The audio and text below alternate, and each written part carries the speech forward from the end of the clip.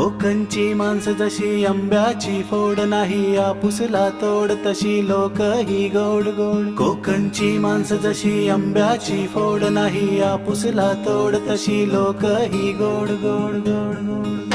गऱ्यासोबत कोकम चाखवा, हो गऱ्यासोबत कोकम चाखवा. भल्या लोकांचा कोकण दाखवा, हो भल्या लोकांचा कोकण दाखवा. हे डोंगरी सर्व दिसतो हिरवा, मालीन गेली पाहण्या